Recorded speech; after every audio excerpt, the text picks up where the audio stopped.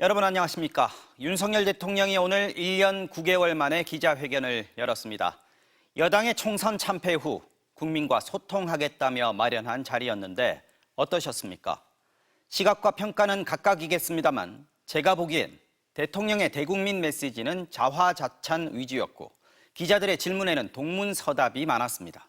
그래서 앞으로도 큰 변화는 없겠다 싶었습니다. 지금부터 자세히 들여다보겠습니다. 가장 큰 관심사였던 김건희 여사 관련 의혹에 대해 윤 대통령은 처음으로 사과라는 단어를 꺼냈습니다. 올해 초 신년대담에서 한 박절하지 못해 아쉽다는 발언보다는 진전된 표현입니다. 하지만 야당이 추진하는 김건희 여사 특검법은 정치 공세라고 했고 아내의 부적절한 처신이라고 표현하면서도 윤 대통령 자신이 명품백 수수 사실을 언제 알았는지 어떻게 처분했는지에 대해서는 언급하지 않았습니다. 먼저 구승은 기자가 보도합니다. 윤석열 대통령의 취임 2주년 기자회견.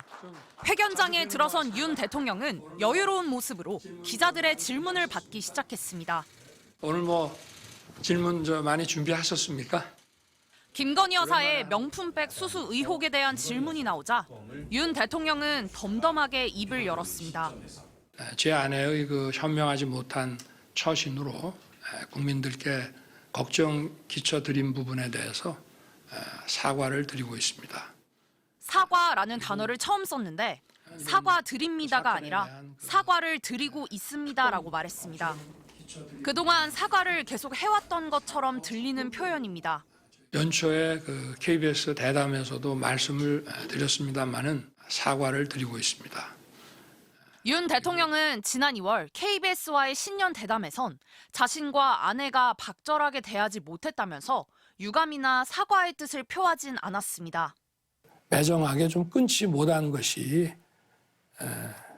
좀 어떤 문제라는 문제고 좀 아쉽지 않았나.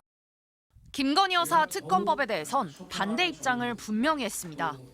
특검법은 도이치모터스 주가 조작 의혹까지 수사 대상으로 겨누고 있는데 전 정부에서 자신을 겨눈 수사가 진행된 만큼 억지스러운 정치 공세라고 주장했습니다. 지난 정부에서 저와 제 가족을 봐주기 수사를 했다는 것인지 정말 묻지 않을 수 없습니다. 그 자체가 저는 모순이라고 생각합니다. 이원석 검찰총장이 명품백 수수 의혹에 신속한 수사를 지시한 데 대해선 수사에 영향을 미친다는 오해를 받을 수 있다며 말을 아꼈습니다. 다만 검찰이 공정하고 엄정하게 잘할 것이라고만 말했습니다. 더 이상의 구체적인 해명은 없었습니다.